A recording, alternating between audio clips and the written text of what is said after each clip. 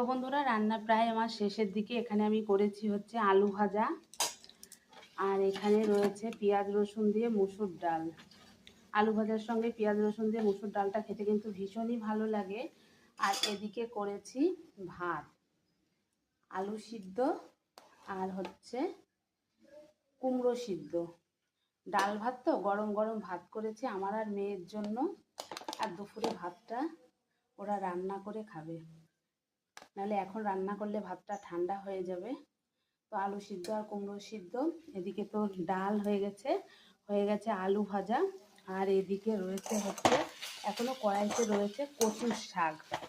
কচুর শাক একটু আস্তে আস্তে টাইম নিয়ে করতে হয়। এদিকে আমার উনানে রয়েছে কচুর শাক। এদিকে 9টা 20 বেজেও গেছে। তো এই হচ্ছে আজকে দুপুরের মেনু। চলো এখনকার মতো টাটা, পরে কথা হবে।